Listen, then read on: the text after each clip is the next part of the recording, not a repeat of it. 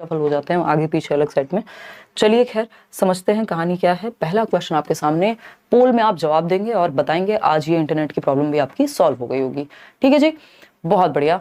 हाँ, आप बिल्कुल बिल्कुल हम लोग मिल ही रहे हैं। चलिए करें, कंटिन्यू करें। बहुत बढ़िया, मैराथन करवा दीजिए। मैं समझती हूँ आप लोगों का मतलब पूरा ये मैराथन को लेके जो प्यार है, क्योंकि इतने सालों से होती आ रही है मैराथन। देखिए फटाफट से और पोल में जवाब दीजिए। ठीक है जी, ये शेयर कर दीजिएगा। बहुत कम समय पहले ये आपका सेशन आज फिक्स हुआ है। अगर हम बात करें निम्नलिखित में से किसके अधिकाधिक अवसर मिलने से विद्यार्थियों के भाषा और साक्षरता विकास को बल मिलेगा। भाषा और साक्षरता विकास को यानी लैंग्वेज और लिटरेसी को, मतलब भाई पढ़ना लिखना, ये सारी साक्षरता में चीजें आती हैं। तो भाषा और साक्षरता को बल किससे मिलेगा? पहला ऑप्शन है बच्चे पर बोझ डाले बगैर सीमित संसाधनों से। मतलब बोझ क्या सिर्फ ज्यादा संसाधन होने से डलता है? ऐसा कहना गलत होगा। सहज लेखन और वाचन के बहुविध तरीकों से, जो कि सही जवाब आप लोग दे रहे हैं कि जब आप नेचुरली उसको लिखने के मौके देंगे, मान लीजिए परिवार है तो जो भी उसको आता है वो लिखे, वो नेचुरली मतलब सहजता से, है ना, बहुत ज्यादा उस पर बोझ नहीं है, प्रेशर नहीं है। ठीक, तो जो उसके अंदर से नेचुरली आ रहा हो सहजता से वो लिखे। वाचन के, बातचीत के उसको मौके मिले, जो सहज रूप से थोड़ा बहुत गलत बोले, थोड़ा बहुत गलत लिखे, चल जाएगा, लेकिन वो सहज रूप से अपने आप को अभिव्यक्त कर पाए, यानी नेचुरली एक्सप्रेस कर पाए खुद को। ठीक है ना। जिन विद्यार्थियों का विकास पहले से अच्छा है उनके लिए गतिविधियों का अनुकूलन करें, मतलब जो पहले से अच्छे डेवलप्ड हैं उनके बारे में ही सोचें, ये गड़बड़ हो जाएगी। कक्षा में पठन कोना सृजित कर वहां पुस्तकें रख दें, यानी एक कॉर्नर बना दिया, बस वहीं पुस्तकें रखी हुई हैं, तो ये तो बेहतर तरीका नहीं होगा। बच्चा कहाँ एक्टिव है? बच्चा यहाँ एक्टिव है नेचुरली, तो B option is the right answer. चलिए आगे बढ़ते हैं। क्वेश्चन नंबर 2 देखिएगा। अंजना व्याकरण की कक्षा के बारे में भ्रमित है कि कैसे पढ़ाया जाए, आप उसे व्याकरण शिक्षण का कौन सा सर्वोत्तम तरीका सुझाना चाहेंगे? यानी व्याकरण पढ़ाने का सर्वोत्तम तरीका कौन सा है इन 4 ऑप्शंस में से? व्याकरण के नियम कैसे बनते हैं, इनकी व्याख्या करना सीखना, स्वाभाविक विमर्श के दौरान व्याकरण के नियमों को प्रस्तुत करना, या फिर यदि व्याकरण में कोई अपवाद है तो सबसे पहले उसकी व्याख्या करना, या व्याकरण की भूमिका व महत्व का वर्णन करना। सोशल साइंस ना हम पहले करते थे ना हम अभी कर रहे हैं, बैचेस में कराया जाता है, वो आप वहीं से रेफर कीजिए। मैंने कोशिश किया, कई बार सोचा है, बट उतना समय और एनर्जी जो है निकल नहीं पाया कि सोशल साइंस पे काम हो, है ना, तो वो तो मैंने आपको प्रॉमिस किया भी नहीं था। देखिएगा एक बार, बी ऑप्शन आप लोग कह रहे हैं। इंडिपेंडेंस डे की शुभकामनाएं भाई, वैसे तो अभी काफी रात हो ही गई है। देखिएगा, अगर हम बात करें व्याकरण शिक्षण का, और ये जो लोग परेशान हो रहे हैं, परेशान होने की जरूरत नहीं है, सिलेबस नहीं बदला है, इतनी सारी मैराथन्स पड़ी हुई हैं आपकी, डोंट वरी, और अभी तो कर रहे हैं ना, जितना हो पाएगा करेंगे ही। बी ऑप्शन 70% लोग कह रहे हैं, स्वाभाविक विमर्श के दौरान व्याकरण के नियमों को प्रस्तुत करना, यानी जो एक नेचुरल डिस्कशन है उसके बीच में संदर्भ में बेसिकली आप व्याकरण लेकर के आ रहे हैं। कुल मिला के बात ये है, संदर्भ बोले तो जो नेचुरल डिस्कशन है या जो कोई भी एक चीज चल रही है उसके संदर्भ में आपने बता दिया। ठीक है, इतनी बात क्लियर है, कोई दिक्कत इस बात को समझने में किसी को भी नहीं हो रही है, बढ़िया जवाब आप लोग दे पा रहे हैं। सनोवर कह रहे हैं मैम बीएड वाले अब क्या करें, फर्स्ट पेपर दें या नहीं दें? अगर नहीं देना है तो सेकंड पेपर पर ही फोकस करें। नहीं सनोवर, देखिए 3 सब्जेक्ट्स आपके कॉमन हैं, ये मैं किसी को भी सजेस्ट नहीं करूंगी अभी कि आप कोई भी पेपर छोड़ दें इस बेसिस पे कि अभी जो लॉ आ गया है या जो सुप्रीम कोर्ट से जजमेंट आया है, कल को चीजें क्या हो, कोई एक स्टेटमेंट आ जाए, कुछ और आ जाए जिनका अब तक है, कुछ भी अगर पॉजिटिव होता है और आपने पेपर छोड़ दिया तो फिर पछताना रह जाएगा सिर्फ। तो उस पछतावे से बचने के लिए वर्स्ट केस में क्या होगा, क्योंकि फीस आपने भर दी है, पेपर आपको दे देना चाहिए। अब 3 सब्जेक्ट कॉमन ही है, चाहे वो बीपीएससी वाले ही हो, चाहे हमारे दिमाग में हो कि हाँ ऐसा होगा, बट अभी प्रॉपरली तो नहीं कहा गया ना सामने सामने, तो पेपर तो देके आइए, अपनी तैयारी भी अच्छे से कीजिए। और ठीक देखिएगा, व्याकरण शिक्षण का कौन सा सर्वोत्तम तरीका, तो यही है, स्वाभाविक विमर्श के दौरान व्याकरण के नियमों को प्रस्तुत करना। सिर्फ नियम की व्याख्या कर दो, अपवाद है तो उसको पहले बता दो कि भूमिका क्या होती है व्याकरण की, उसका महत्व समझा दो, नहीं। नेचुरली जब आप एक स्टोरी पढ़ रहे हैं, कुछ और पढ़ रहे हैं, तो उसके बीच में व्याकरण आपको उसी संदर्भ में, उसी कॉन्टेक्स्ट में समझा दिया जाए। व्याकरण सर्वाधिक बेस्ट तरीका यही होगा कि नेचुरली आपको संदर्भ में समझाया जाए, यह स्वाभाविक रूप से समझाया जाए। क्वेश्चन नंबर 3 देखिएगा, भाषा अधिगम के लिए सामग्री निर्माण का एक सिद्धांत कौन सा है? तो सामग्री निर्माण लैंग्वेज को सीखने के लिए बेस्ट तरीका कौन सा है? प्रत्येक आयु वर्ग के लिए जटिल सामग्री का चयन किया जाना चाहिए। देखिए सरल से जटिल की ओर जाया जाता है, और हर एक आयु वर्ग के लिए, छोटे बच्चों के लिए भी जटिल की बात कर रहे हैं हम, तो ये तो गलत हो गया। सामग्री को धीरे धीरे स्तरवार बनाना चाहिए, ये बात एकदम सही है जो आप 69% लोग कह रहे हैं कि भाई धीरे धीरे ग्रेडेड वे में अपग्रेड करेंगे हम, सिंपल टू कॉम्प्लेक्स जाएंगे, सरल से जटिल की ओर जाएंगे, धीरे धीरे लेवल अप करते जाते हैं, स्तर को बढ़ाते हुए चलते हैं धीरे धीरे। पाठ्य पुस्तक अपने आप में पर्याप्त है, इसलिए सिर्फ पाठ्य पुस्तक सामग्री बहुत ही सूचनाप्रद होती है तो सामग्री से भर दो, ये सब बेकार की बातें हो गई। क्वेश्चन नंबर 4 देखिएगा, अध्यापक विद्यार्थियों की गलतियों का विश्लेषण करते हैं, गलतियों के प्रतिरूपों की पहचान करके विद्यार्थियों को पुनः पढ़ाते हैं और उनका स्पष्टीकरण देते हैं, यह किसके अंतर्गत आएगा? यानी जो अध्यापक हैं वो बच्चों की गलतियां यानी उनके एरर्स को क्या करते हैं, एनालाइज करते हैं, विश्लेषण करते हैं, गलतियों के प्रतिरूपों की पहचान करते हैं कि किस तरह की गलती बार बार हो रही है, फिर से पढ़ाते हैं जहां कमी रह जाती है, जहां पे बच्चा ज्यादा गलती कर रहा होता है, जहां उसको स्पष्टीकरण की जरूरत पड़ती है। ये सब किसका पार्ट है? सूक्ष्म शिक्षण का, यानी माइक्रो टीचिंग का? जी नहीं, वो तो टीचिंग ट्रेनिंग में ही हो जाता है, प्रॉपर क्लास में थोड़ी माइक्रो टीचिंग होती है। उपचारात्मक शिक्षण का, नियमित शिक्षण का या चुनौतीपूर्ण शिक्षण प्रक्रिया, तो ये उपचारात्मक शिक्षण यानी रेमेडियल टीचिंग का पार्ट है कि आप पहले डायग्नोस किया होगा, पहले निदान किया होगा, फिर बाद में उपचार दे रहे हैं कि यहां समस्या रह गई, चलो इसको दोबारा पढ़ाते हैं, बच्चे को समझ में नहीं आया। तो B option is the right answer. आगे बढ़ेंगे, क्वेश्चन नंबर 5 देखिएगा, शिक्षार्थियों के लिए मुक्त लेखन का मुख्य लाभ क्या है? ये टॉपिक्स हर बार आते हैं। मुक्त लेखन यानी फ्री राइटिंग बोलते हैं इंग्लिश में, तो मुक्त लेखन मतलब बच्चे को सहज रूप से आप लिखने दे रहे हैं, तो इसका लाभ क्या है? यानी नेचुरली जो उसके मन में, मान लीजिए आपने कहा दिवाली एक टॉपिक दिया, या फिर दीपावली के अलावा आपने टॉपिक दिया परिवार, आपने टॉपिक दिया कुछ और उसका फेवरेट कोई भी गेम या खेल हो सकता है, तो उस पर वो कुछ भी जो उसके मन में आएगा। मुक्त लेखन में होता क्या है, एक सीमित समय दिया जाता है, यानी मान लीजिए 30 मिनट का समय है, 5 मिनट का समय, 5 मिनट तक जो जिसके दिमाग में आएगा उस विषय में वो अपना लिख सकता है, बहुत ज्यादा व्याकरण का ध्यान रखे बगैर कि बहुत ज्यादा आपको हर एक जगह पे आप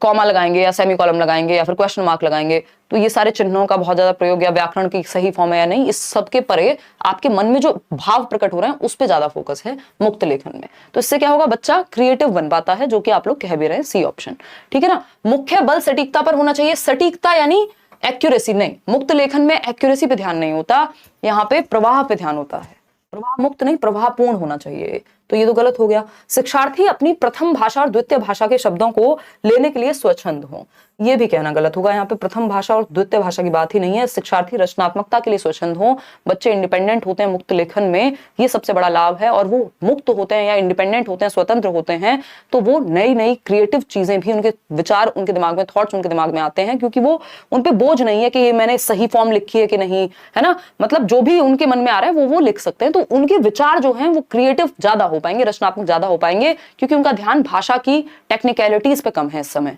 लिखने या न लिखने की स्वच्छंदता हो, ऐसा नहीं है। मुक्त लेखन का मतलब ये नहीं होता मन करे तो लिखो, नहीं तो मत लिखो। क्वेश्चन नंबर 6 पर आते हैं, व्याकरण के कार्य कैसे होने चाहिए, यानी हम ग्रामर में अगर एक्टिविटीज करा रहे हैं या कोई भी कार्य है तो किस तरह के होने चाहिए? संदर्भ के अनुसार, जीवन उन्मुखी यानी जीवन के परे, नियमों पर केंद्रित होने चाहिए या स्मृति पर आधारित होने चाहिए। तो हमें पता है व्याकरण और संदर्भ का बहुत प्यारा सा रिश्ता है, कॉन्टेक्स्ट में व्याकरण सीखना, संदर्भ के अनुसार व्याकरण सीखना, जिस समय परिस्थिति काल की बात हो रही है उस समय परिस्थिति काल के अनुसार, उस स्टोरी के अनुसार हम क्या दें, बच्चे को व्याकरण के नियम भी बता दें। कोई कहानी पढ़ रहे हैं उसके बीच में जो संज्ञा के शब्द आए तो उससे बता दें कि बेटा ये जो शब्द थे या ये जो बात थी, मान लीजिए हम लोमड़ी की चतुराई के बारे में बात कर रहे हैं, तो वो चतुराई क्या है, वो उसकी विशेषता या एडजेक्टिव हो गया, तो वो विशेषण कहलाएंगे ऐसे शब्द। तो ये सब क्या है, हम संदर्भ में सिखा रहे हैं व्याकरण को, ठीक है ना। हाँ, मैं उदय सर ले लेंगे क्लास चालू।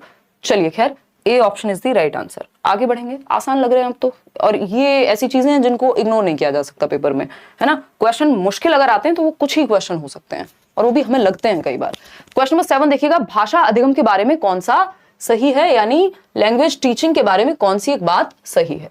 ठीक, कल 9 बजे हम बिल्कुल तैयार मिलेंगे, है ना, मतलब आप लोग अभी क्लास आपकी बिल्कुल कंटिन्यू है। भाषा अधिगम के बारे में कौन सा सही है, यानी लैंग्वेज लर्निंग के बारे में कौन सा सही है। सभी प्रकार की विषय वस्तु भाषा अधिगम है, यानी जो भी विषय वस्तु है, जो भी कंटेंट है, वो सब लैंग्वेज लर्निंग का ही है। भाई सही बात है, कोई भी सब्जेक्ट हम बिना लैंग्वेज के नहीं पढ़ सकते, बिना भाषा के नहीं सीख सकते। तो भाषा तो आप सीख ही रहे हैं, कोई भी सब्जेक्ट पढ़ रहे हैं तो, चाहे वो अंग्रेजी हो, अंग्रेजी तो खुद ही भाषा है, हिंदी खुद ही भाषा है, लेकिन चाहे वो इतिहास हो, गणित हो, विज्ञान हो, कोई भी आप जब सब्जेक्ट पढ़ रहे हैं, विषय पढ़ रहे हैं, तो भाषा तो आप अपने आप ही सीख रहे हैं। तो सभी प्रकार की विषय वस्तु भाषा का अधिगम है। विषयों का भाषा अधिगम में मदद नहीं करता, ये कहना गलत है। कोई भी विषय आप पढ़ रहे हैं तो भाषा अधिगम में भी मदद करेगा, लैंग्वेज लर्निंग में भी हेल्प मिलेगी। विज्ञान और गणित सीखने के लिए भाषा महत्वपूर्ण नहीं है, एकदम गलत बात है। बिना भाषा के कैसे तो आप गणित पढ़ेंगे, बिना भाषा के कैसे आप विज्ञान पढ़ेंगे, उसकी भी तो अपनी भाषा है ना हर सब्जेक्ट की। ठीक, भाषा अधिगम विषय सामग्री और वृत्तांतों के आधार पर ही होना चाहिए, यानी जो कंटेंट उस सब्जेक्ट में दिया हुआ है, जो घटनाएं घटी हैं, बस उसी आधार पे, नहीं हमें इसको इतना सीमित नहीं करना। A option is the right answer. Question number 8 देखिएगा, बच्चों में भाषिक निपुणता सर्वाधिक उपयुक्त किस प्रकार से विकसित की जा सकती है। यानी भाषिक निपुणता जो है, यानी लैंग्वेज में वो प्रोफिशिएंट हो जाए, इस चीज के लिए सबसे बेहतर तरीका कौन सा है। पहला, भाई अब बफरिंग नहीं है, बफरिंग ने बहुत समय खराब किया इस बार हमारा सीटेट में, मैराथन्स भी डिस्टर्ब की हैं। हाँ बात सही है रेहान, बट यार अगर पॉजिटिव नहीं रहेंगे, आगे के बारे में नहीं सोचेंगे तो काम चलेगा कैसे। इंटेंशन तो यही रहती है ना कि क्लास होगी ही, ठीक, अब नहीं होती तो आपको पता लग ही जाता है। क्वेश्चन नंबर 8 देखिए, बच्चों में भाषिक निपुणता सर्वाधिक उपयुक्त किस प्रकार से विकसित की जा सकती है।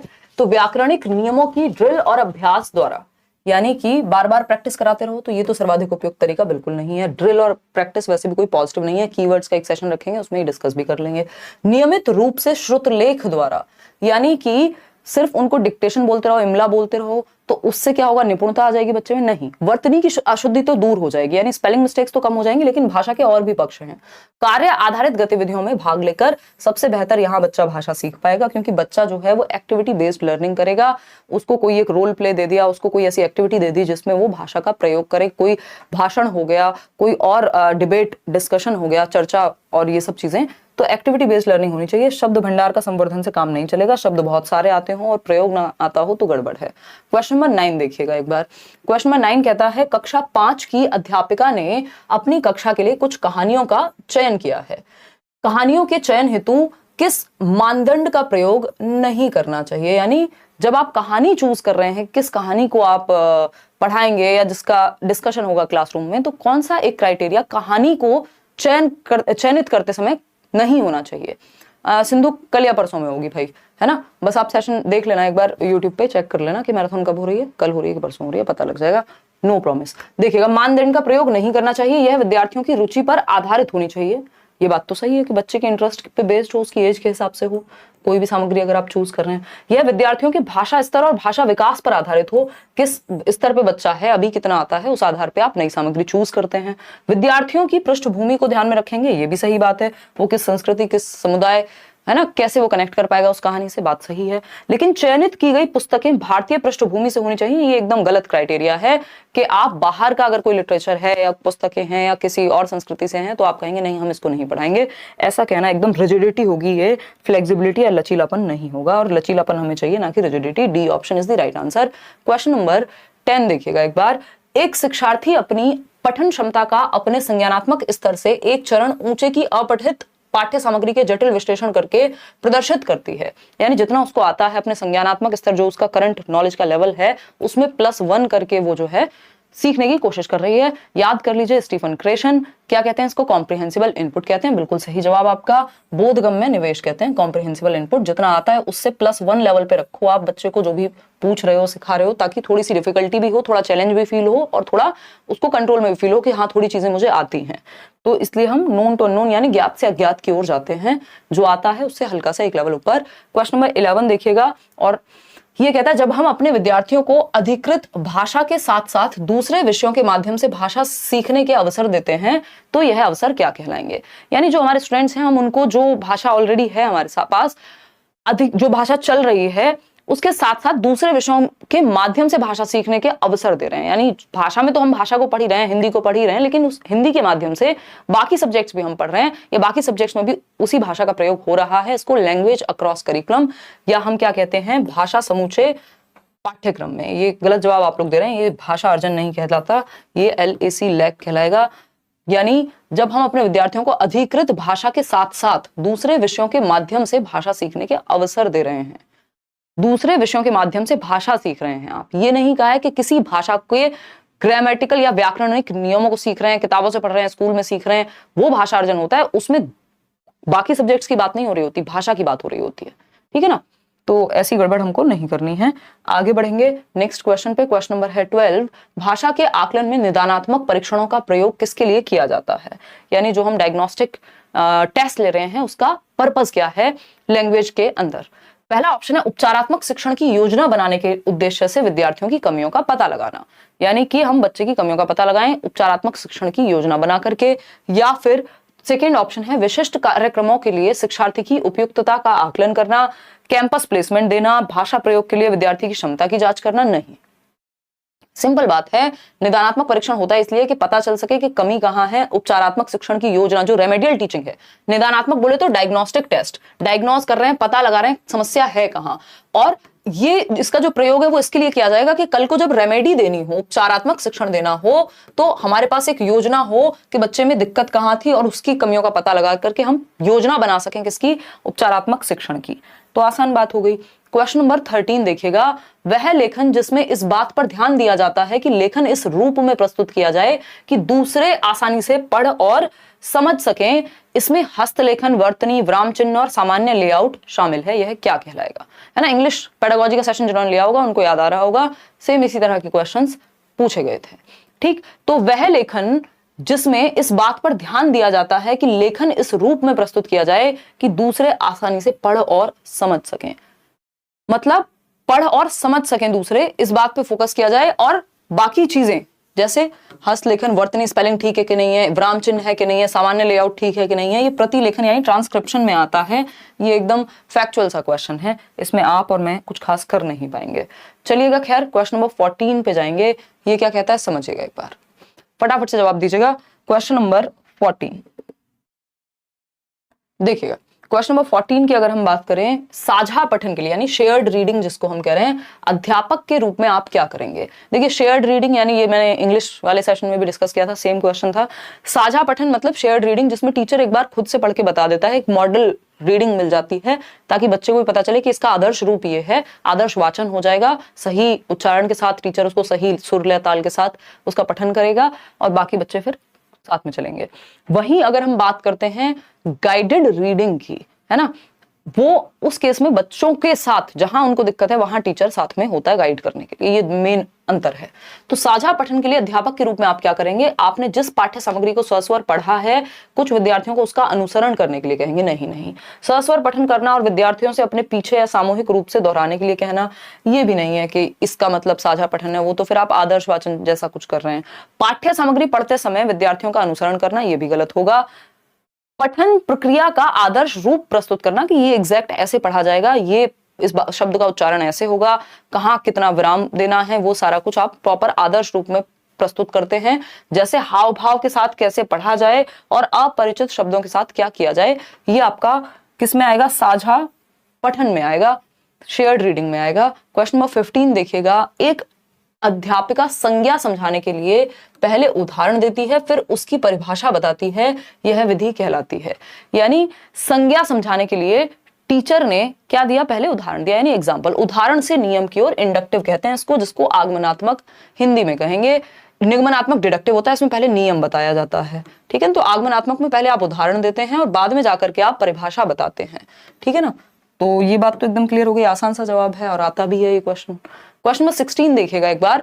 ये क्या कहता है? एक अध्यापिका कक्षा में विद्यार्थियों के घर की भाषा में उदाहरण प्रस्तुत करती है, इसमें कक्षा में क्या प्रभाव पड़ेगा, इससे बताइएगा। घर की भाषा में उदाहरण प्रस्तुत किया यानी बच्चे की मातृभाषा का प्रयोग यहां किया गया है अध्यापिका के द्वारा।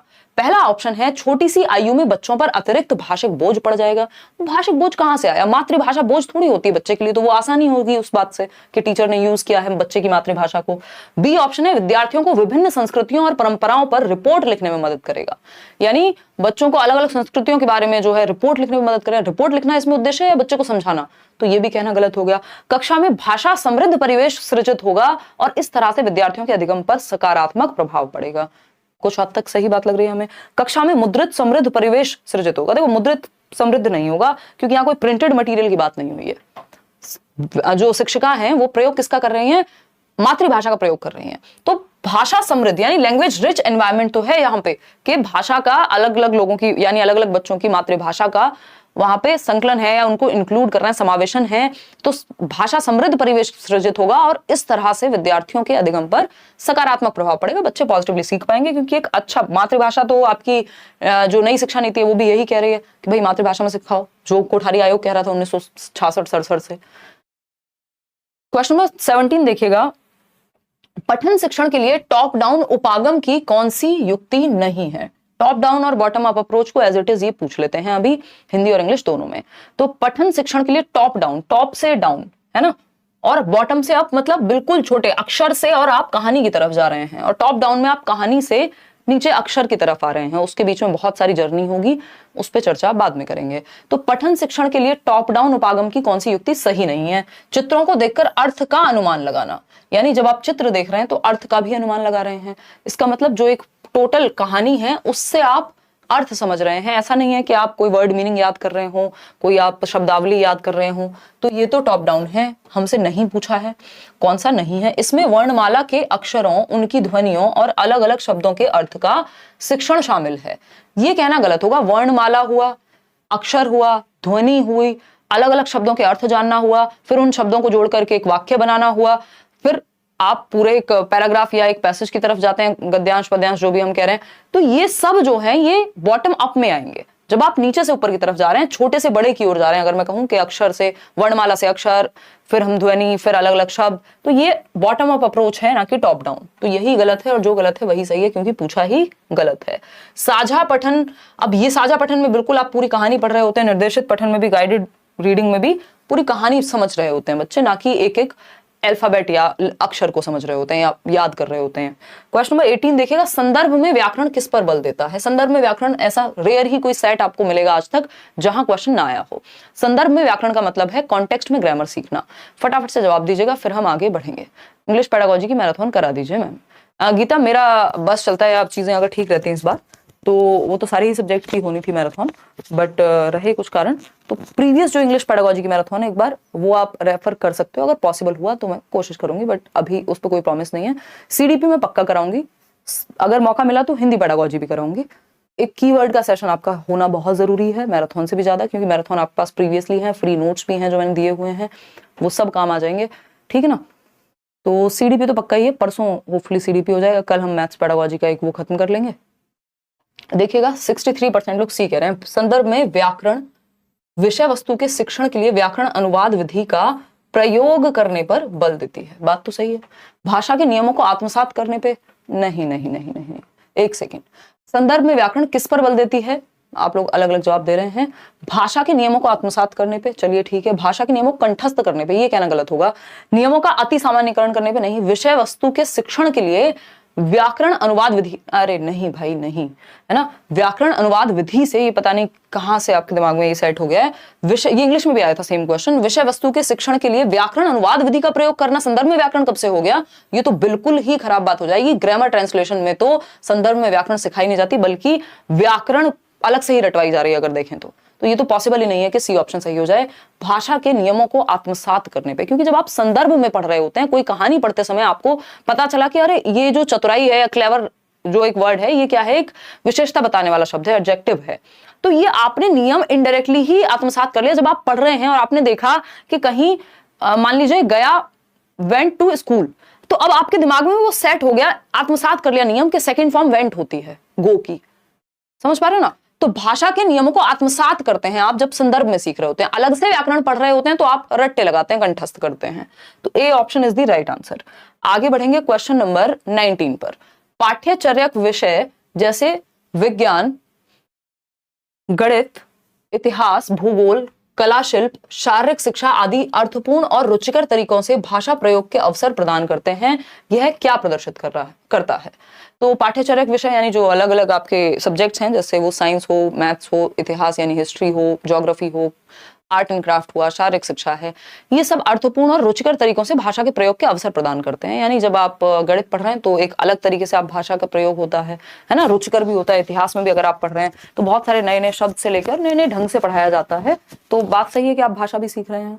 इसको भाषा समावेशन कहते हैं, अर्जन कहते हैं। भाषा जब आप सीख रहे होते हैं तो उसको अर्जन कहते हैं, ये तो अर्जुन कहा ही नहीं जा सकता। जब आप बाकी विषयों से अलग अलग ढंग से भाषा को सीख रहे हैं, भाषा समावेशन कह रहे हैं कई लोग, ये भाषा बोधगम्यता, भाषा समूचे पाठ्यक्रम में। देखिए ये बात पता नहीं आप क्यों इसकी तरफ जा रहे हैं इतना, भाषा समावेशन की तरफ। भाषा समावेशन नहीं है ये अगेन लैंग्वेज अक्रॉस करिकुलम है, यानी भाषा समूचे पाठ्यक्रम में, यानी भाषा के प्रयोग का मौका मिल रहा है। मतलब अलग अलग सब्जेक्ट में जब आप किसी भी लैंग्वेज को प्रयोग कर रहे होते हैं तो वो भाषा समूचे पाठ्यक्रम में, यानी एक पूरे करिकुलम के सभी सब्जेक्ट्स में एक लैंग्वेज है जो कॉमन है। जब आप सारे सब्जेक्ट्स पढ़ रहे हैं तो आप लैंग्वेज सीख रहे हैं, जब आप लैंग्वेज सीख रहे हैं तो आप सब्जेक्ट भी सीख रहे हैं। ठीक है ना बात? तो इतनी बात क्लियर है भाई। चलिए खैर आगे बढ़ते हैं नेक्स्ट क्वेश्चन की तरफ। नेक्स्ट क्वेश्चन है क्वेश्चन नंबर 20। देखिएगा क्या कहता है। क्वेश्चन नंबर 20 कहता है, कक्षा 8 की भाषा अध्यापक रीमा कक्षा में सस्वर कहानी सुनाने से पहले अच्छी तैयारी सुनिश्चित करती हैं। आपकी राय में सस्वर कथा पठन के लिए सबसे कम महत्वपूर्ण क्या है जो रीमा को नहीं करना चाहिए? सस्वर कथा पठन बोले तो कि टीचर जो है वो प्रॉपर सुर लय ताल के साथ कथा का वाचन करे। ठीक है ना? मतलब जहां पे कहां कितना उतार चढ़ाव है, कहां विराम लेना है, कहां अपनी भाषा में या अपनी टोन में चेंज लाने की जरूरत है, अपने एक्सप्रेशन में परिवर्तन की जरूरत है। सस्वर कथा पठन के अंदर ये चीज आती है कि आप मौन वाचन है एक, तो दूसरा है सस्वर यानी लाउड रीडिंग हो रही है, तो वहां पे आपकी प्रोनाउंसिएशन से लेकर के और इंटोनेशन तक सब अच्छा होता है, यानी उतार चढ़ाव भाषा में और आपका उच्चारण, ये सब चीजें क्लियर होती हैं और आप एंजॉय भी कर पाते हैं उस सेशन को। ठीक है बात? अगर हम बात करें यहाँ पे डी ऑप्शन 42% लोग कह रहे हैं कहानी के निष्कर्ष पर आधारित प्रश्न बनाना जो विद्यार्थियों से पूछे जा सके।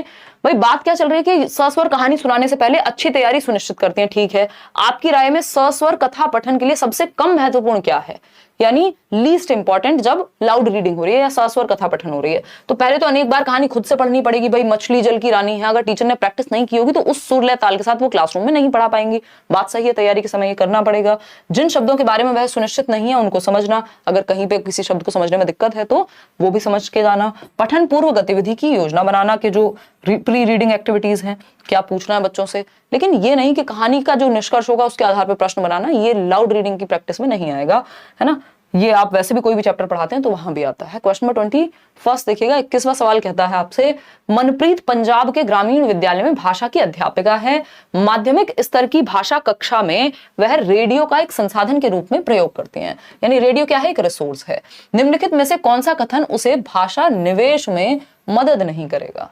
यानी लैंग्वेज में इन्वेस्टमेंट कह लीजिए या लैंग्वेज को बेहतर बनाने में, सिखाने में कौन सा एक चीज है जो मदद नहीं करेगी, यानी हेल्पफुल नहीं होगी लैंग्वेज को सिखाने के एक संसाधन के रूप में? तो पहला ऑप्शन है शिक्षार्थियों के भाषा पाठों के श्रवण को रेडियो प्रसारण द्वारा अनुपूरित करना। यानी भाई रेडियो क्या एक संसाधन है भाषा सीखने में, सही बात है, एक रिसोर्स है, एक एड है। प्रसारण में सुने गए संवादों को अपनी भाषा में लिखना और उन पर रोल प्ले करना, इससे भी बच्चों की भाषा का विकास जो है बेहतर होगा।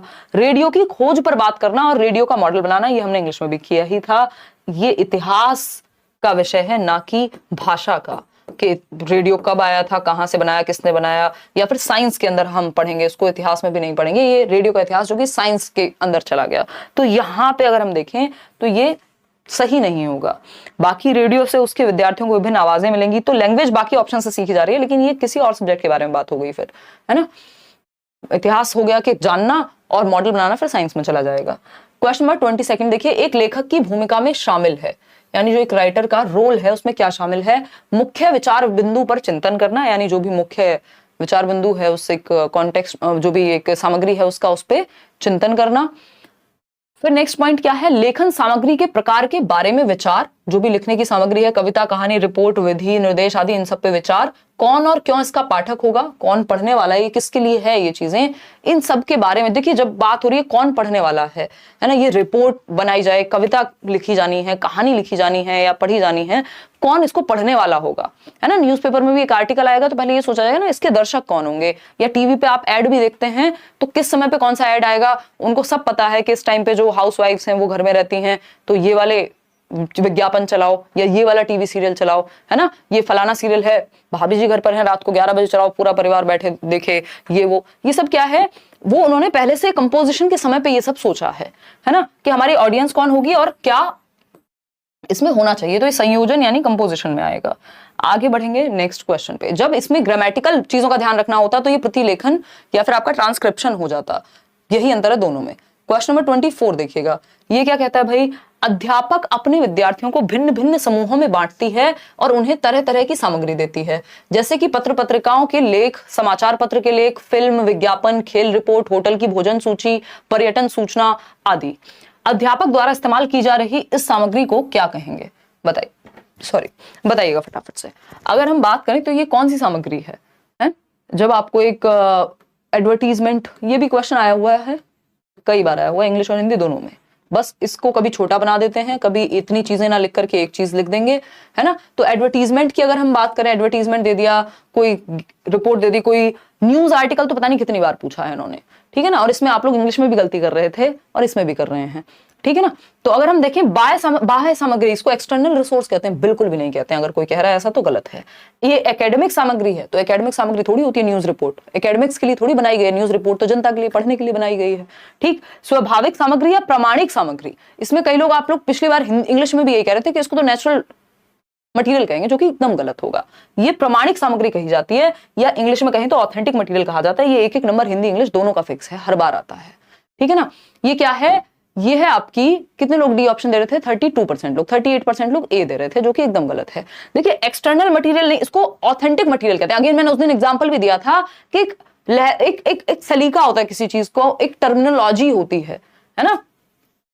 पिताजी को पिताजी क्यों कहा जाता है, कुछ और क्यों नहीं कह दे रहे हैं?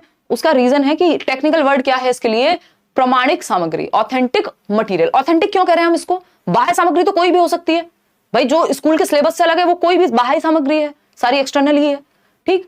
लेकिन ऑथेंटिक ये क्यों है, प्रमाणिक क्यों है? क्योंकि वो जो न्यूज आर्टिकल है या वो जो फिल्म का कोई लेख है, वो आपको लैंग्वेज सिखाने के लिए, भाषा के अधिगम के लिए नहीं बनाया गया, वो किसी और पर्पस, किसी और काम के लिए, जो कि ऑथेंटिक काम है, मतलब रियल लाइफ में वो यूज हो रहा है कहीं पे, और वो उस चीज के लिए ऑथेंटिक है। उस मटेरियल को हम क्लासरूम में लेकर के जब आ रहे हैं तो वो ऑथेंटिक मटेरियल कह रहा है। क्यों? क्योंकि वो भाषा को सिखाने के लिए कोई किताब नहीं बनाई गई जिसको लेकर के आया गया है। वो अगर किताब होती है, कुछ भी एक्स्ट्रा होता है, तो वो एक्सटर्नल हो जाता है। इसको एक्सटर्नल कह सकते हो, बट ये एक्सटर्नल मटेरियल में भी ऑथेंटिक मटेरियल अगर हम कहें तो डी ऑप्शन है, स्वाभाविक नहीं होगा भाई, इसको ठीक कर लेना, है ना। चलिए खैर, क्वेश्चन नंबर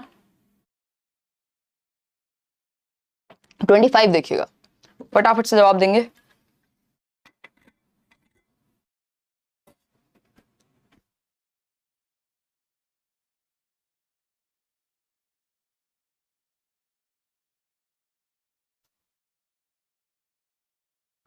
क्वेश्चन नंबर 25, त्रुटियों के संदर्भ में अध्यापक को अपना दृष्टिकोण बदलना चाहिए। इनको अवांछनीय मानने के स्थान पर उसे क्या करना चाहिए? यानी जो त्रुटियां हैं वो अवांछनीय या एक्सेप्टेबल ही नहीं है, इसकी बजाय टीचर को कैसे देखना चाहिए इसको, गलतियों को, यानी एरर्स को, बच्चों के त्रुटियों को एक स्वाभाविक अंश के रूप में लेना चाहिए और उनकी अनदेखी करनी चाहिए। स्वाभाविक तो देखेंगे, बट अनदेखी करेंगे तो कैसे ठीक होंगी गलतियां? इन्हें विद्यार्थियों की मूर्खतापूर्ण गलतियां चूक के रूप में लेना चाहिए, एकदम खराब। गलतियों को बच्चों के चिंतन और भाषा विकास के स्तर में वृद्धि कारक के रूप में देखना चाहिए। ये बात एकदम सही है कि गलतियों को बच्चे के चिंतन और भाषा विकास के स्तर में वृद्धि कारक के रूप में हम देखेंगे। गलतियों को अध्यापक के लिए संशोधन कार्य जी नहीं, बच्चा सोचता कैसे है, उसका चिंतन प्रक्रिया कैसी है, उसके स्तर में कैसे वृद्धि कर सकते हैं, आगे नेक्स्ट लेवल पे कैसे लेके जाएंगे, ये सब बातें हमें गलतियों से पता लगती हैं। बच्चे की चिंतन में या चिंतन प्रक्रिया में झांकने का मौका देती है हमें गलतियां, ऐसा आपका एनसीएफ भी कहता है। क्वेश्चन नंबर 26 देखिएगा, अध्यापक क्रिया विशेषण समझाने के लिए पहले उसकी परिभाषा बताते हैं कि क्रिया विशेषण किन शब्दों को कहा जाता है। पहले डेफिनेशन बताई, फिर उस प्रकार के क्या है उदाहरण प्रस्तुत किए। तो पहले डेफिनेशन है नियम से उदाहरण की ओर जाना, है ना, नियम से उदाहरण की ओर जाना, नियम से उदाहरण की ओर। पहले परिभाषा क्या है, नियम है एक तरह का जो एक फिक्स हो गया, ठीक है ना। नियम से उदाहरण की ओर जाना निगमनात्मक कहलाता है, यानी डिडक्टिव मेथड, और उदाहरण से नियम की ओर जाना आगमनात्मक कहलाता है, ठीक है जी, इतनी बात क्लियर है। तो आंसर क्या हुआ इसका, निगमनात्मक विधि, यानी B option is the right answer. आगे बढ़ेंगे, बाकी किसी का तो यहाँ सेंस ही नहीं है। चलिएगा क्वेश्चन नंबर 27 देखते हैं फटाफट से। क्वेश्चन नंबर 27 क्या कहता है, अध्यापक को विद्यार्थी का आकलन किस लिए करना चाहिए, यानी आकलन की या असेसमेंट की जरूरत क्या है। एक टीचर को बच्चे के असेसमेंट की जरूरत क्या है। ये जो पोल में आप जवाब दे रहे हैं ये असेसमेंट है एक तरह का, जिससे आइडिया लगता है कि कितने % लोग सही जवाब दे पा रहे हैं, आपको भी पता लगता है कि आप कितना बेहतर सीख रहे हैं, कमी कहां पर है। ठीक, तो पहला ऑप्शन ये है पता लगाने के लिए कि लक्ष्य भाषा में सर्वाधिक रूप से उत्तम और निपुण कौन है, यानी जो टारगेट लैंग्वेज है उसमें बेटर कौन है। यहां सिर्फ टारगेट लैंग्वेज की बात हुई है नहीं, यहां तो इन जनरल असेसमेंट की बात हुई है सामान्य तौर पे। शिक्षार्थियों के सीखने में अंतरों या गैप का पता लगाना, चलो ठीक बात है। शिक्षार्थियों को उनके पूर्व निष्पादन के आधार पर अपने स्तर में सुधार लाने के लिए कहना, कुछ हद तक ये भी हो सकता है। शिक्षार्थियों की प्रगति की तुलना उनके सहपाठियों से करना, ये तो बिल्कुल सही नहीं होगा। बेटर ऑप्शन इन दोनों में से भी ये है हमारे पास कि गैप का हम पता लगा रहे हैं। हालांकि अगेन बोर्ड ने जो है कहा कि सी को उठा लेते हैं, पूर्व निष्पादन के आधार पर अपने स्तर में सुधार लाएंगे, बट जो बेटर ऑप्शन है वो बी ही है। हम इसी के साथ जाएंगे। कई बार आंसर्स में भी, आंसर की में भी गलती हो जाती है रेयर केस में, तो हम उसी में इसको काउंट कर रहे हैं क्योंकि इस तरह क्वेश्चन पहले भी आए हुए हैं और जवाब वही रहता है जो हमने डिस्कस किया है। रोहित भाषा की कक्षा के लिए चाहता है कि विद्यार्थी भाषा के साथ भाषा में संलग्न हो, यह कैसे संभव है। यानी विद्यार्थियों को भाषा के अधिकाधिक अवसर देना, विद्यार्थियों को भाषा के नियम सिखाकर सटीकता के साथ स्थान पर भाषा अर्जन करा देंगे अधिगम के स्थान पर। बताइएगा एक बार, अधिकाधिक अवसर देंगे तो नेचुरली चाहे वो अधिगम हो चाहे वो अर्जन हो, सारी ही चीजें भाषा के बारे में या लर्निंग हमेशा ही अच्छी होगी। A option is the right answer. Question number 29 देखिएगा, ये क्या कहता है। अध्यापक अपने विद्यार्थियों को उनकी पठन क्षमता के आधार पर पठन क्षमता समूहों में बांटती है। पठन के स्तरानुसार सभी को पुस्तकें दी जाती हैं। वह प्रत्येक समूह में प्रत्येक विद्यार्थी से बारी बारी सस्वर पठन करवाती है और पुस्तक के बारे में बात करती है। वह किस विधि का अनुसरण कर रही है। देखिए हमने दो चीजें पढ़ी थी जिसको हम क्या कहते हैं, साझा पठन यानी शेयर्ड रीडिंग। इसलिए मैं इंग्लिश का भी प्रयोग कर रही हूँ क्योंकि आपका जो सिलेबस है वो हिंदी, इंग्लिश या सभी लैंग्वेज की पेडागोजी का सेम ही है, ठीक है ना। और दूसरा होता है आपका यहाँ निर्देशित यानी गाइडेड रीडिंग, ठीक है। इसमें हमारी कंफ्यूजन रहती है, उसको हम क्लियर करेंगे। वर्बली मैं आपको एक बार बता भी चुकी हूँ, ठीक। मौन पठन तो साइलेंट रीडिंग होता है, जब बच्चा मन में पढ़े। विस्तृत पठन हो गया आपका पूरा इंटेंसिव रीडिंग, वो करने की कोशिश कर रहा है, सारी डिटेल्स में जाने की कोशिश करेगा। देखिएगा यहाँ पे अगर हम बात करें यहाँ किसकी, देखिए ये साझा पठन नहीं है, शेयर्ड रीडिंग नहीं है, क्योंकि टीचर ने खुद से नहीं बताया। शेयर्ड रीडिंग में टीचर खुद से आदर्श वाचन करती है, यानी वो खुद से पढ़ के बताएगी, फिर बच्चों के साथ डिस्कशन होगा। यहाँ पे क्या है, यहाँ पे बच्चे बारी बारी से, टीचर हैं सबके पास, बच्चों को उठाया, उनको सस्वर पढ़ने के लिए कहा, कहीं दिक्कत है तो वो सॉल्व की, ग्रुप में बांटा हुआ है। ये गाइडेड रीडिंग का पार्ट हो गया। चलिए आगे बढ़ते हैं नेक्स्ट क्वेश्चन की तरफ। नेक्स्ट क्वेश्चन क्या होगा भाई, देखिएगा एक बार, एक मिनट उल्टा बोल दिया मैंने। देखिएगा एक बार पोल फिर से दे दो। अध्यापक अपने विद्यार्थियों को उनकी पठन क्षमता के आधार पर पठन क्षमता समूहों में बांट दिया, ठीक है। पठन के स्तरानुसार सभी को पुस्तकें दी जाती हैं, ठीक है। वह प्रत्येक समूह में प्रत्येक विद्यार्थी से बारी बारी सस्वर पठन करवाती हैं, ठीक है। और पुस्तक के बारे में बात करती हैं, जो कि ठीक है ना। वह किस विधि का अनुसरण कर रही हैं, तो साझा पठन ही होगा भैया, क्योंकि बच्चे जो हैं यहाँ शेयर रीडिंग जो है कर रहे हैं और टीचर करवा भी रही हैं, जो आपका सस्वर पाठन है। क्वेश्चन नंबर 30 देखिएगा, अध्यापक भाषा में अधिगम की कमियों, अंतरों के कारणों की पहचान किसके द्वारा करवा सकते हैं या कर सकते हैं। यानी गैप कहीं रह गया, गलती कहाँ है बच्चे की, उसका पता कैसे लगाएं टीचर। उपलब्धि टेस्ट लेके, अचीवमेंट टेस्ट तो ये होता है कितना आता है, ये नहीं होता कि कमी कहाँ रह गई है। निपुणता टेस्ट होता है कितने निपुण हैं आप, अगेन ये भी फिर रिजल्ट पे ओरिएंटेड है। स्थापन टेस्ट निदानात्मक टेस्ट होता है इसी बात के लिए कि बच्चे की कमी कहाँ रह गई है, और इसके बाद आपका उपचारात्मक शिक्षण होगा। आगे बढ़ेंगे क्वेश्चन नंबर 31 पर, व्यापक मूल्यांकन निम्नलिखित में से किसके आकलन को संबोधित करता है। व्यापक मूल्यांकन बोले तो सीसीई आपको पता है, सतत एवं व्यापक मूल्यांकन, जो आपका सीबीएसई ने लागू किया था, एक इवैल्यूएशन यानी मूल्यांकन का एक सिस्टम है। तो इसमें सतत क्या है, लगातार आकलन। व्यापक क्या है, सभी पक्षों में आकलन, यानी स्कोलैस्टिक शैक्षिक व सह शैक्षिक पक्षों में आकलन आपका, ठीक। तो सिर्फ पाठ्यचर्या गतिविधियां नहीं, अकादमिक विषय नहीं, अकादमिक व सह अकादमिक यानी स्कोलैस्टिक प्लस को स्कोलैस्टिक, यानी पेन पेपर टेस्ट भी, सब्जेक्ट नॉलेज भी, और को करिकुलर एक्टिविटीज, चाहे वो स्पोर्ट्स हो, ड्राइंग हो, पेंटिंग हो, दोनों ही चीजें व्यापक यानी comprehensive, continuous and comprehensive evaluation. तो कॉम्प्रिहेंसिव का मतलब ये है स्कोलैस्टिक यानी एकेडमिक और नॉन एकेडमिक दोनों चीजें।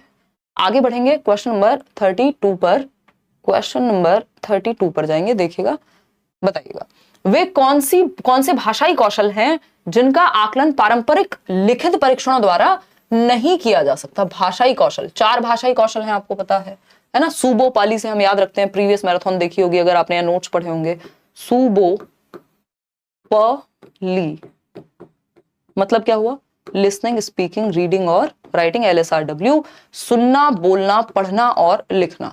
जिसमें से जो सुनना, और अगर मनोवैज्ञानिक क्रम की बात करें, इसमें बहुत गलतियां टीचर्स भी करते हैं बताते हुए, और आप लोग तो करते हैं, नेचुरल है वो, कंफ्यूजन हो जाती है कई बार।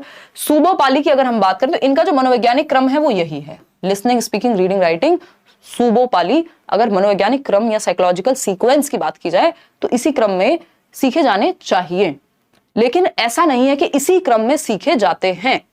ये दो अलग बातें हैं। कई बार इसमें आंसर की को भी ब्लेम कर दिया जाता है, विच इज नॉट राइट, क्योंकि क्वेश्चन क्या पूछा है, अगर हल्का सा लैंग्वेज में चेंज है तो आंसर बदल जाएगा। अगर कोई ये कहे कि क्रम में सीखने चाहिए तो बिल्कुल सीखने चाहिए। क्रम क्या होता है भाषा कौशलों का, तो सुबो पाली यानी लिसनिंग, स्पीकिंग, रीडिंग, राइटिंग होता है, LSRW, ये क्रम है इनका, साइकोलॉजिकल मनोवैज्ञानिक क्रम है। लेकिन क्या ये क्रम में ही सीखे जाते हैं, तो गलत हो जाएगा, क्योंकि ऐसा कहीं नहीं लिखा कि क्रम में ही सीखे जाते हैं। कई बार आगे पीछे चीजें चल रही होती हैं, साथ में चल रहे होते हैं, तो ऐसा नहीं है क्रम में ही सीखे जाते हैं। क्रम क्या होता है, तो क्रम यही होता है, दो अलग बातें, होपफुली क्लियर हुआ होगा। अब इसमें आपको पता है सुनना और पढ़ना जो है वो ग्राम्यात्मक कौशल हैं, और बोलना और लिखना जो है वो आपका उत्पादनात्मक यानी आपके प्रोडक्टिव स्किल्स में आते हैं, और ये पैसिव स्किल्स में आते हैं। जो बोलना और लिखना है उसमें आप एक्टिव होते हैं तो वो सक्रिय कौशल कहलाते हैं। अगर हम बात करें जो आकलन पारंपरिक लिखित परीक्षणों से, यानी लिख के आप ये नहीं जान पाएंगे कि बच्चों को लैंग्वेज स्किल कौन सी आती है, भाषा कौशल कौन सा है वो, जिसका लिख के जांचना संभव नहीं है। अब बोलने को लिखवाने से थोड़ी जांचेंगे, है ना, सुनने को लिख करके थोड़ी ना टेस्ट से पता लगेगा कि सुना कितना है। तो ये पारंपरिक तरीके से नहीं किया जाना चाहिए। श्रवण और वाचन यानी लिसनिंग और स्पीकिंग का जो असेसमेंट है वो प्रॉपर तरीके से सिर्फ लिखने से नहीं हो पाएगा, बाकी तरीकों का भी इस्तेमाल करना पड़ेगा। पठन पढ़ने का और वाचन बोलने का, तो बोलना तो ठीक है, बट पढ़ने का तो भाई लिखवा करके किया जा सकता है, बाकी सब सेट होते ही नहीं है। तो A option is the only right answer over here. आगे बढ़ेंगे क्वेश्चन नंबर 33 पर। तो 33वां सवाल कहता है बारीकी से पठन, जिसको इंटेंसिव रीडिंग कहते हैं, कि जब आप इंटेंसिवली एक एक डिटेल पे फोकस कर रहे होते हैं, है ना। एक होता है आपका एक्सटेंसिव रीडिंग, जिसमें आप प्लेजर यानी मजे के लिए कोई नॉवल पढ़ रहे हैं, कोई कहानी पढ़ रहे हैं छुट्टियों में। लेकिन बारीकी से पठन में आपको डिटेल्स का ध्यान रखना पड़ेगा। तो रचनाकार की राय का पता लगाना, यानी आपको पता लगेगा जो राइटर है उसकी राय पता लगेगी बारीकी से पढ़ने पे। कठिन शब्दों को जानना, पाठ्य सामग्री में किसी विशिष्ट सूचना के बारे में जानना, ये बात एकदम सही है। जो स्पेसिफिक डिटेल है ये बहुत बड़ा कीवर्ड है किस चीज का, इंटेंसिव रीडिंग या बारीकी से पठन का, कि पाठ्य सामग्री में किसी विशिष्ट सूचना के बारे में जानना, यानी कोई एक स्पेसिफिक डिटेल है उसके बारे में आप जब जानने की कोशिश कर रहे हैं, यानी आप इंटेंसिवली पढ़ रहे हैं। मुख्य केंद्रीय भाव का पता लगाना, ये आपका एक्सटेंसिव में भी संभव है, वो आपको स्टोरी का पता लग जाता है। क्वेश्चन नंबर 34 देखिएगा।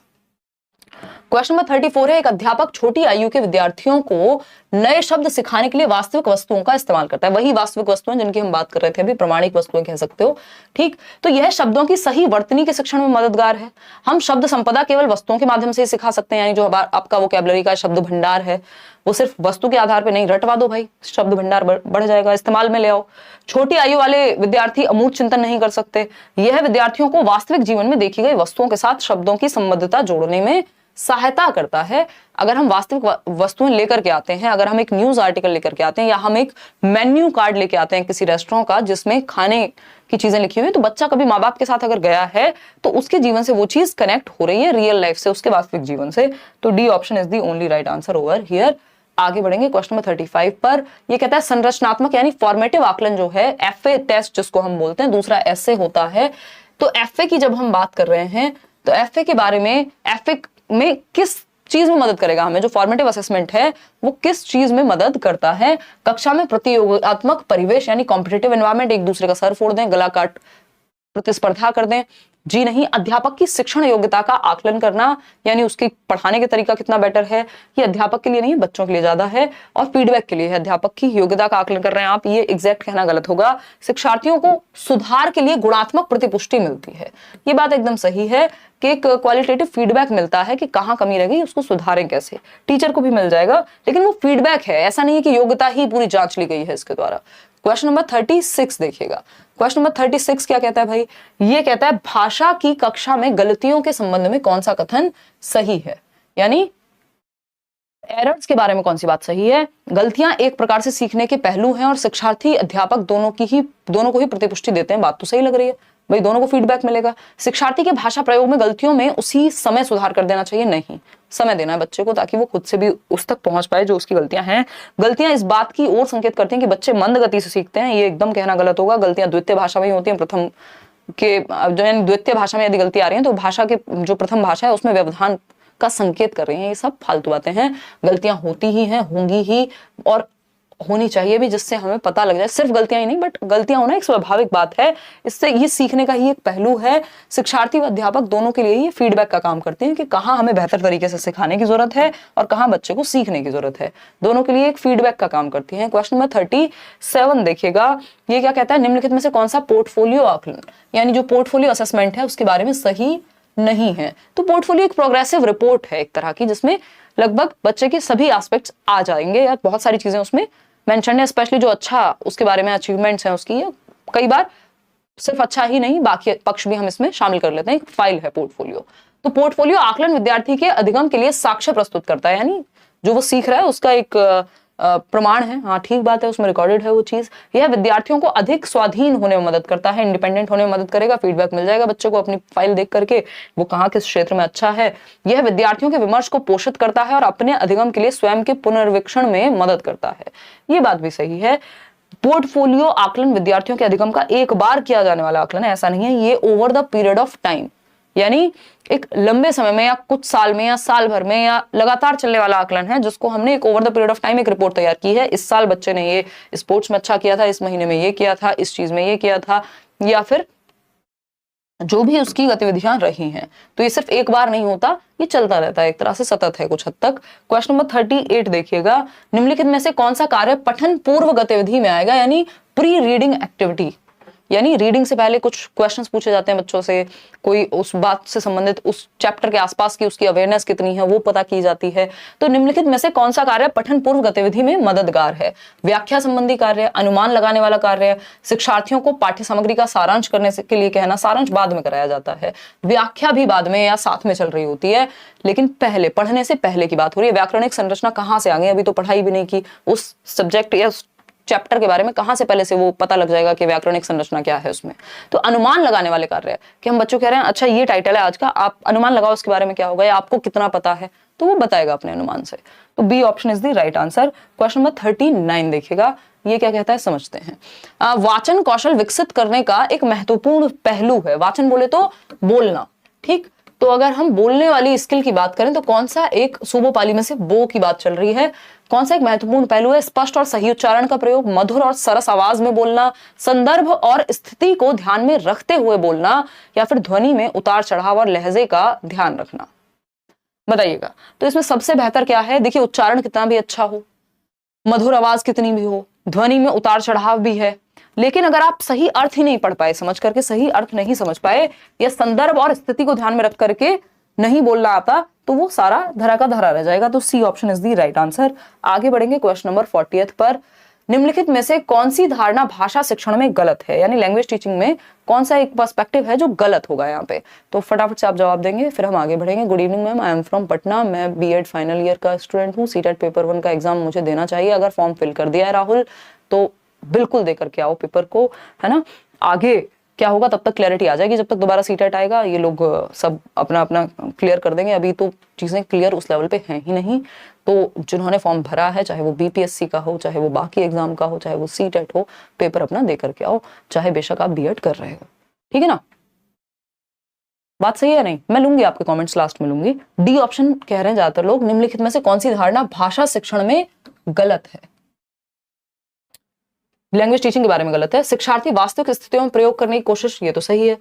शिक्षार्थी की प्रथम भाषा अधिगम में महत्वपूर्ण होती है, बिल्कुल सही है। जो उसकी मातृभाषा है, पहली भाषा जनरली वही होगी। भाषा शिक्षण संप्रेषणात्मक गतिविधियों पर केंद्रित होता है, यानी जो आपकी कम्युनिकेटिव एक्टिविटीज हैं वो इंपॉर्टेंट है, बात सही है। लेकिन भाषा शिक्षण में बोलने के स्थान पर लेखन को महत्व दिया जाना चाहिए, ऐसा कहना एकदम गलत होगा। सारे ही जो कौशल हैं वो अपने आप में महत्वपूर्ण है, ऐसा नहीं किसी के स्थान पे किसी को महत्व दे देंगे, ठीक है। तो D option is not right. Question number 41 देखिए, संदर्भ में व्याकरण में मुख्यतः किस पर जोर दिया जाता है। बताइएगा संदर्भ में व्याकरण में मुख्यतः किस पर जोर दिया जाता है। इस तरह का क्वेश्चन तो हम अभी कर चुके हैं। संदर्भ में व्याकरण पे आप रट्टे नहीं लगाते, अनुवाद के थ्रू जो अभी आप सही जवाब दे रहे थे, जिसको जो ग्रामर ट्रांसलेशन मेथड था, जो व्याकरण अनुवाद विधि थी, बिल्कुल गलत है जो कि जवाब, है ना। व्याकरण अनुवाद विधि में तो व्याकरण संदर्भ में नहीं, अलग से आइसोलेशन में सिखाई जाती है। उसमें तो बस नियम ही नियम याद करवाए जाते हैं। नियमों का अति सामान्यकरण, ओवर जनरलाइजेशन नहीं। भाषा के नियम आत्मसात करते हैं जब आप संदर्भ में पढ़ रहे होते हैं, तो आपके दिमाग में बैठ जाते हैं वो नियम। अब जब आप एक कहानी पढ़ रहे हैं तो आपकी भाषा अपने आप बेटर हो जाती है, क्योंकि बहुत सारी चीजें आपको खुद से समझ में आने लगती है, क्योंकि बहुत सारे नियम आप आत्मसात कर चुके हैं संदर्भ के अनुसार। आगे बढ़ेंगे, क्वेश्चन नंबर 42 देखेंगे। 42वां सवाल कहता है निम्नलिखित में से कौन सा प्रभावशाली तरीके से व्याकरण शिक्षण के बारे में सही नहीं है। यानी किसके बारे में सही नहीं है? ग्रामर टीचिंग के बारे में सही नहीं है। यानी प्रामाणिक संप्रेषण में नियमों को प्रस्तुत करना, यानी जब आप कोई डिस्कशन चल रहा है तो वहां नियमों को प्रस्तुत करें, तो ये तो सही है। संदर्भ में व्याकरण के प्रासंगिक नियमों को दर्शाना सही है। वास्तविक जीवन जैसे संवाद द्वारा नियमों का अभ्यास करवाना, ये भी सही है कि जो वास्तविक जीवन जैसा संवाद चल रहा है कोई और वहां पे कोई नियम है तो वो रियल लाइफ में आपने नियम सिखा दिया। नियमों को कंठस्थ करके तथा ड्रिल या व्याकरण के द्वारा सिखा, व्याकरण रटवाना सीखना, ये एकदम गलत तरीका है। इसको रटंत विद्या कहेंगे, जो कि चलंतना ही। डी ऑप्शन गलत है, जो गलत है वही सही है। क्वेश्चन नंबर 43 देखिएगा, 2-3 सवाल और हैं। निम्नलिखित में से कौन सा राष्ट्रीय पाठ्यचर्या की रूपरेखा 2005 के 5 मार्गदर्शक सिद्धांतों में शामिल नहीं है? अगर आपने प्रीवियस वीडियो मेरी देखी भी होगी एनसीएफ की, यूट्यूब पे सर्च करके या बैचेस में, तो आपको पता है 5 गाइडिंग प्रिंसिपल्स हैं एनसीएफ के जो बहुत महत्वपूर्ण हैं। तो वो जो 5 गाइडिंग प्रिंसिपल्स हैं या 5 मार्गदर्शक जो सिद्धांत हैं, उनके विषय में या उन 5 मार्गदर्शक सिद्धांतों में से कौन सा एक यहाँ नहीं है? बताइएगा एक बार फटाफट से।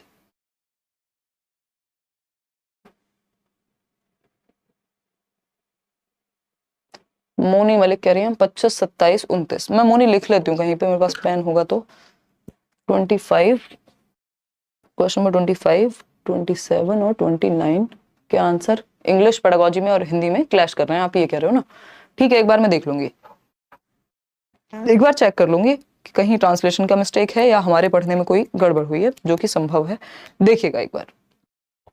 धन्यवाद बोनी, बोनी नहीं मोनी, ठीक है। देखिएगा एक बार 43 क्वेश्चन नंबर क्या कहता है, निम्नलिखित में से कौन सा राष्ट्रीय पाठ्यचर्या रूपरेखा 2005 के, और वो जो आपका पिन कमेंट होता है वहां मैं मेंशन भी कर दूंगी अगर कुछ चेंज हुआ उन तीनों आंसर्स में। तो निम्नलिखित में से कौन सा राष्ट्रीय पाठ्यचर्या की रूपरेखा 2005 के 5 मार्गदर्शक सिद्धांतों में शामिल नहीं है? विद्यालय के बाहर के जीवन को ज्ञान के साथ जोड़ना, ये तो है, बिल्कुल रियल लाइफ से कनेक्ट करें हम। यह सुनिश्चित करना कि अधिगम कंठस्थीकरण पर आधारित नहीं है, ये बात भी सही है, रोट मेमोराइजेशन पे बेस्ड नहीं है आपकी जो लर्निंग है। पाठ्य पुस्तक केंद्रित होने के स्थान पर बच्चों के समग्र विकास, यानी सिर्फ टेक्स्ट बुक सेंटर्ड नहीं है, रियल लाइफ से जोड़ रहे हैं। एक पेशेवर अध्यापक की भूमिका निर्वाह करना, पेशेवर अध्यापक का क्या मतलब है यहाँ पे, है कि जो ट्यूशन में पढ़ाए अपना बस पेशे पे ही ध्यान रखे, इसको लाइफ में जिए कम और सिर्फ पेशा है एक अध्यापन जो एक काम है वो सिर्फ एक पेशे की तरह देखना, ये गलत होगा टीचिंग के केस में, ठीक है ना, क्योंकि आप डायरेक्ट लाइफ से कनेक्ट कर रहे हो। तो ऐसा ये 5 गाइडिंग प्रिंसिपल्स में कहीं भी नहीं आता, डी ऑप्शन। क्वेश्चन नंबर 44 देखिए, अध्यापक बच्चों का आकलन क्यों करती है? यानी टीचर जो है वो असेस क्यों करती है बच्चों को? यह पता लगाने के लिए कि कक्षा में भाषा का सर्वाधिक अच्छा उपयोग कौन करता है, तो हमें बेस्ट चाहिए इसलिए। बच्चों के सीखने में कमियों का पता लगाना, ये कुछ हद तक सही है। बच्चों को अपने अधिगम में आगे किस तरह बढ़ाया जाए, यह योजना बनाना, ये भी बात सही है। बच्चे की उसके सहपाठी से तुलना करने के लिए ये एकदम गलत है। बताइएगा एक बार। बी ऑप्शन 46% लोग यहां दे रहे हैं जवाब में, देखिएगा।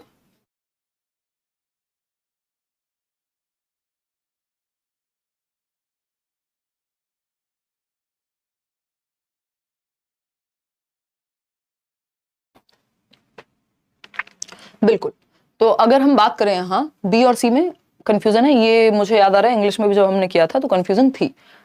देखिएगा एक बार, 38% लोग बी कह रहे हैं और 49% लोग सी कह रहे हैं। समझ लेते हैं एक बार कि पूछा क्या है एग्जैक्टली। अध्यापक बच्चों का आकलन क्यों करते हैं, यह पता ये तो ठीक है, ये तो ठीक है। बच्चों के सीखने में कमियों का पता लगाने के लिए, बच्चों को अपने अधिगम में आगे किस तरह बढ़ाया जाए, यह योजना बनाने में, ये ज्यादा बेटर है अगर हम इसके कंपैरिजन में देखें। ऑफिशियल आंसर भी इन्होंने यही दिया हुआ है as far as I remember. बच्चों के सीखने में कमियों का पता लगाने के लिए, ये बात भी बिल्कुल गलत नहीं है, लेकिन सिर्फ कमियों का पता लगाने के लिए आकलन होता है क्या? नहीं होगा, है ना। तो अगर इसमें हमने इंग्लिश में कुछ डिफरेंट डिस्कस किया है तो भी इसको करेक्ट कर लीजिएगा, क्योंकि कई बार होता है ना प्रेजेंस ऑफ माइंड का भी खेल हो जाता है। बच्चों को अपने अधिगम में आगे किस तरह बढ़ाया जाए, यह है योजना बनाने में, ये ज्यादा कॉम्प्रिहेंसिव आंसर है। ये दे सकते थे दोनों में से कोई भी आंसर, लेकिन अगर थोड़ा सा सेंसिबली हम देखें तो सिर्फ कमियों का पता लगाने के लिए आकलन नहीं होता, ठीक है ना। तो बच्चों को अपने अधिगम में आगे किस तरह बढ़ाया जाए इस चीज की योजना बनाने में, चाहे उसमें कुछ कमियां हैं तो उनको ठीक करेंगे या जो भी नीडेड होगा वो करेंगे। तो बी गलत नहीं है, बट इससे बेटर ऑप्शन हमारे पास अवेलेबल है। आगे बढ़ेंगे क्वेश्चन नंबर 45 पर। अध्यापक नए शब्दों का प्रभावशाली तरीके से शिक्षण करने के लिए वास्तविक वस्तुओं का उपयोग करते हैं। वास्तविक वस्तु समझिए, जो ऑथेंटिक या रियल लाइफ से जुड़ी हुई कुछ लेकर के आने, इसको रियलिया बोलते हैं। वास्तविक वस्तु को ऑथेंटिक मटेरियल नहीं कहेंगे, रियलिया कहेंगे इंग्लिश में अगर पूछ लिया जाए। जब आप रियल ऑब्जेक्ट्स का प्रयोग कर रहे होते हैं, क्या भाषा को सिखाने के लिए, जब आप एक पेन को पढ़ाने के लिए पेन लेकर के आते हैं क्लास में, तो ये रियलिया का उदाहरण है। ये तो कुछ और पटाखा बन गया है ना। तो अगर हम बात करें वास्तविक वस्तुओं की, तो नए शब्दों का प्रभावशाली तरीके से शिक्षण करने के लिए वास्तविक वस्तुओं का उपयोग करती है। ये वस्तुएं क्या कहलाती हैं? वास्तविक वस्तुएं कहलाती हैं। खिलौना कहेंगे इनको, शिक्षण युक्तियां कहेंगे या शिक्षण विधियां कहेंगे? आसान सा जवाब है, तो आप सभी सही दे रहे हैं, इसमें क्या ही करेंगे। खिलौना होगा ये हमेशा, ये तो कहना गलत होगा। शिक्षण युक्तियां हैं, ये वस्तुएं हैं। भाई इन वस्तुओं को क्या कहते हैं ये पूछा है। विधि का आप इस्तेमाल कर रहे हैं कि जिसमें आप वस्तुएं लेके आ रहे हैं, बट इन वस्तुओं को क्या कहते हैं, तो ये वास्तविक वस्तुएं कहलाएंगी। D option is the right answer, या इंग्लिश में रियलिया कहलाएंगी। ठीक है, ये क्वेश्चन भी बहुत रिपीटेडली पूछा गया है।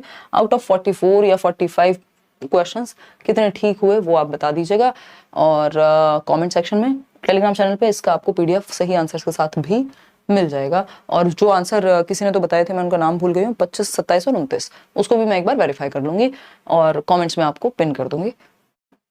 बाकी सेशन होपफुली आपको पसंद आया होगा। पसंद आया हो तो आप लाइक शेयर कर सकते हैं। इस